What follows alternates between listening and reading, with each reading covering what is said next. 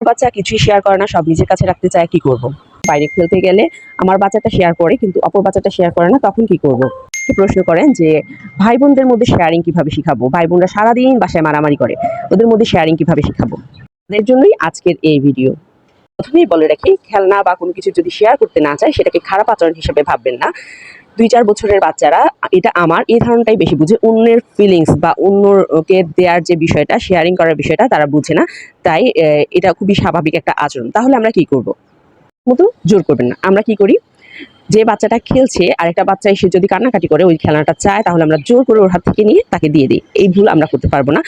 প্রথমত ও খেলছে, ওকে বলবো যে তুমি 2 মিনিট খেলবে, খেলার পরে তোমার ভাইকে দিবে বা বোনকে দিবে বা অন্য বাসার প্রতিবেশী হোক বা বাইরের কেউ হোক, তাকে দিতে বলবেন যে প্রথমে 2 মিনিট তুমি খেলবে, 2 মিনিট তুমি ওয়েট করবে, তারপরে অপরজন খেলবে।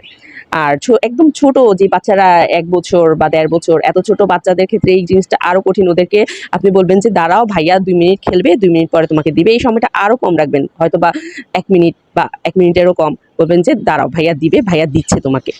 এভাবে ভাই বোনদের মধ্যে সম্পর্ক সুন্দর হয়। ভাই নিজের থেকেই দেখবেন বোনকে দিচ্ছে। প্রথম দিতে চাইবে না। এটা যদি আপনি রেগুলার প্র্যাকটিস করেন তাহলে অল্প দিনের মধ্যেই আপনি সুফল দেখতে পাবেন ইনশাল্লাহ। আনটেকিং গেম খেলুন। শেয়ার করতে বললে শেয়ারিং জিনিসটা বাচ্চারা বুঝে না। বিশেষ করে যারা 1 বছরের বাচ্চা, এরকম এত ছোট বাচ্চারা বুঝে না। তো ওদের ক্ষেত্রে দেখা যায় বাসায় একটা বাচ্চা আছে 4 বছর, আরেকটা বাচ্চা আছে 1 বছর। আপনারা মানে যে খেলনাটা দিবেন, যে সেম খেলনাটাই 2 জনের লাগবে। এখন কি করবেন? আমি যেটা করি সেটা হচ্ছে এই খেলনাটা দিয়ে আমরা পিলো পাসিং এর মতো খেলি। যে বা এই খেলনাটাকে বল পাসিং বা পিলো পাসিং যেটা বলে সেটার মতো একজন থেকে আরেকজনের হাতে দিই। আর এই সময়টা আমি রাখি যে 2-3 সেকেন্ডের মধ্যে আবার মানে ফিরে আসতেছে। তো 2-3 সেকেন্ডের মধ্যে যখন বাচ্চাটা দেখে যে একজনের হাত থেকে আরেকজনের হাতে যাচ্ছে, নিজের কাছে আবার ফিরে আসছে, তাহলে এর মাধ্যমে ট্রান্সলেটিং শেখানোটা সহজ। মানে বাচ্চা বুঝতে পারে যে হ্যাঁ, এটা আমার কাছে আবার আসবে। দিয়ে দেয়া মানেই, ছেড়ে দেয়া মানেই যে একবারই আমার থেকে চলে গেল, এমন না। এটা আমার কাছে আবার আসবে। এই জিনিসটা ওরা বিশ্বাস করতে শিখে যে এটা আমি ছেড়ে দিলাম মানে এটা চলে গেল, এমন না। এটা ঘুরে আমার কাছে আবার আসবে। সম্ভব হলে একই খেলনা 2টি দিন কিংবা বিকল্প দিন। ধরেন একটা খাতা আছে, আপনি আরেকটা খাতা দিবেন। একটা কলম নিয়ে ঝগড়া হচ্ছে, আপনি আরেকটা কলম দিবেন। বা পানির ফ্লাক্স নিয়ে ঝগড়া হচ্ছে, একটা বলবেন যে তুমি গ্লাসে পানি খেতে পারো, দেখো তুমি এখন গ্লাসে খাও, ভাই এখন ফ্লাক্সে খাচ্ছে। এমন করে মানে বিকল্প দিতে পারেন। বা যদি বিকল্প নিতে না রাজি হয় তাহলে বলবেন যে একটু ওয়েট করো, 5 মিনিট ওয়েট করো, সে তোমাকে দিচ্ছে।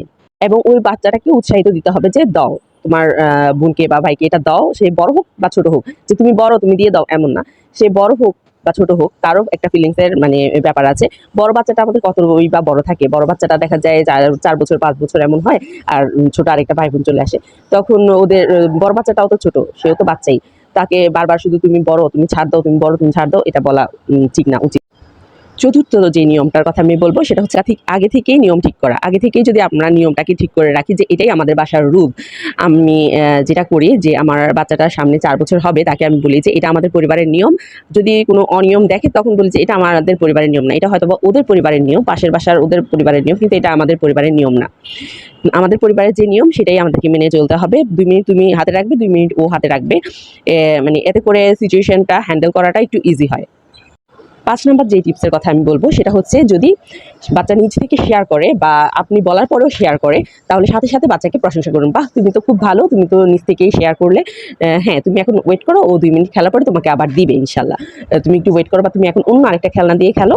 তো ওকে যে সাথে প্রশংসা করা বা ওর কাজে উৎসাহিত করা, এটা কিন্তু বাচ্চাদের খুব ভালো কাজ করে। সামান্য একটা গুড জব বা ওয়েল ডান, এটা ওদের অনেক মানে মনে অনেক বড় প্রভাব ফেলে। আমি জানি যে একটা ছোট্ট স্টার বা হাতের মধ্যে একটা ছোট্ট চুমু, এটা বাচ্চাদের মানে খুশি করতে এর বেশি কিছু লাগে না। সবচেয়ে গুরুত্বপূর্ণ কথা, ঝগড়ায় সাথে ঢুকে বিচারক হয়ে যাবেন না। একটু সময় দিন, ধৈর্য ধরুন, দেখুন। অনেক সময় বাচ্চারা নিজেরাই সমস্যার সমাধান করে ফেলে। তো আপনার কাজ হচ্ছে গাইড করা। আপনি প্রথমে একটু দেখবেন, যদি দেখেন যে না, সিচুয়েশনটা নিজে কন্ট্রোল হবে না, তখন আপনি যাবেন এবং কাউকে বকাঝকা না করে, কাউকে ট্যাগ না দিয়ে তুমি খারাপ, তুমি পচা, তুমি দুষ্ট, এই ধরনের নেগেটিভ ট্যাগ না দিয়ে বাচ্চাটাকে সরিয়ে নিয়ে আসুন। যে মারামারি করছে বা কারাকারি করছে সেই বাচ্চাটাকে আপনি সরিয়ে নিয়ে আসুন।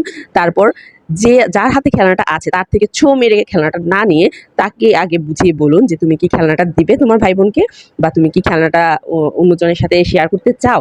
যদি সে না চায়, ইটস ওকে। আর যদি সে চায় তো চাইলো, যদি না চায়, ইটস ওকে।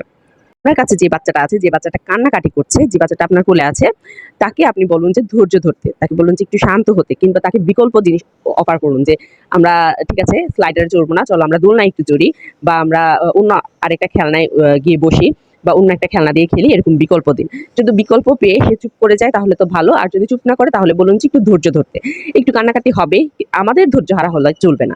আমাদের ধৈর্য ধরাটা আগে শিখতে হবে। আমরা নিজেরাই ধৈর্য ধরতে পারি না, বাচ্চাকে বলি ধৈর্য ধরো, শেয়ার করো। কিন্তু আপনাকেই যদি হুট করে এসে কেউ বলে যে আপনার ফোনটা দিয়ে দেন, একটা ছৌ মেরে কেউ নিয়ে গেল যে হ্যাঁ এই তোমার ফোনটা দাও, আমার কাজ আছে, আপনার বিরক্ত লাগবে না? আপনারও বিরক্ত লাগবে। এই জিনিসটা আমাদেরকে বুঝতে হবে, ছোট হলেও তাদের ফিলিংস এর গুরুত্ব আছে। রাখবেন, শেয়ারিং শেখা একটা দক্ষতা, এটা একদিনে আসে না, প্রতিদিনের ছোট ছোট অনুশীলনের মাধ্যমে আসে। তাই ধৈর্য ধরে ধরে আমাদেরকে অপেক্ষা করতে হবে তাদেরকে শেয়ারিং শিখাতে। ধন্যবাদ। এমন আরো ভিডিও পেতে আমার পেজটি ফলো করে রাখুন।